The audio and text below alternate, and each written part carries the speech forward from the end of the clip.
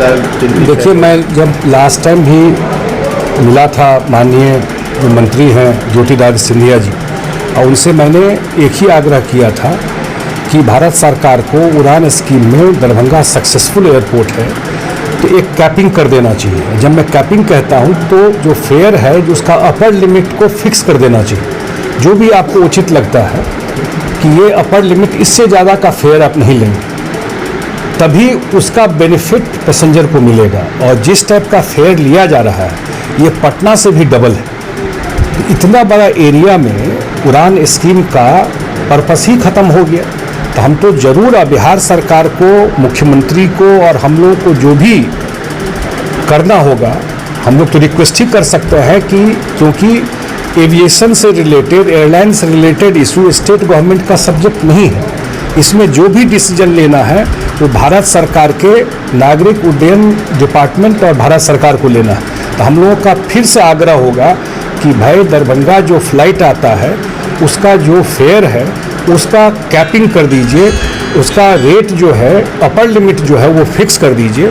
और यहाँ का किराया मुझे जो लगता है 3,500 4,000 से ज़्यादा किराया होने का कोई मतलब नहीं।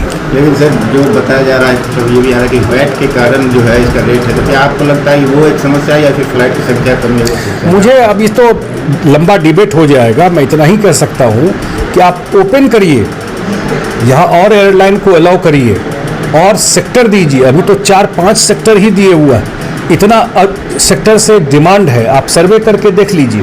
और सिर्फ यहीं नहीं, देश के बाहर भी जो गल्फ है, जो सिंगापुर है, इन सब जगह से दरभंगा से कोई उड़ेगा तो इन सब जगह में 3.5-4 घंटा में पहुंच जाएगा, जितना देर में दिल्ली से पहुंचता है या कलकत्ता से पहुंचता है। तो ये सब जगह से डिमांड है, पोटेंशियल एयरपोर्ट है।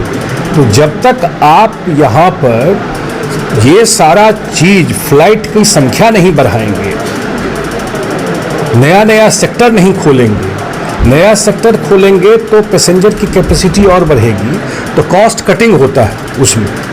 और जो स्पाइस जेट को मिला हुआ है, मैं बोलना नहीं चाहता था, उसकी क्या स्थिति है स्पाइस जेट की, उसका ओवरऑल कंडीशन क्या है वो भी एक बार देखना चाहिए।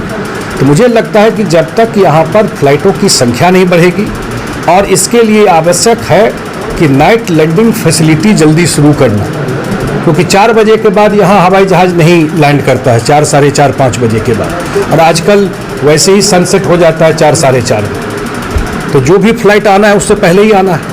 तो अभी तक बिहार सरकार तो ज़मीन दे दी है, काम सुनते हैं चल रहा है, लेकिन नाइट लैंडिंग और जो फॉग के लिए उस पर जो ILS लगना है, लाइट लगना है, वो जल्दी लग जाता है तो और फ्लाइटों की संख्या बढ़ जाती। मुझे लगता है कि जल्दी फ्लाइट की संख्या बढ़ जाएगी और उससे कंपटीशन होता है, उससे रेट कम होगा।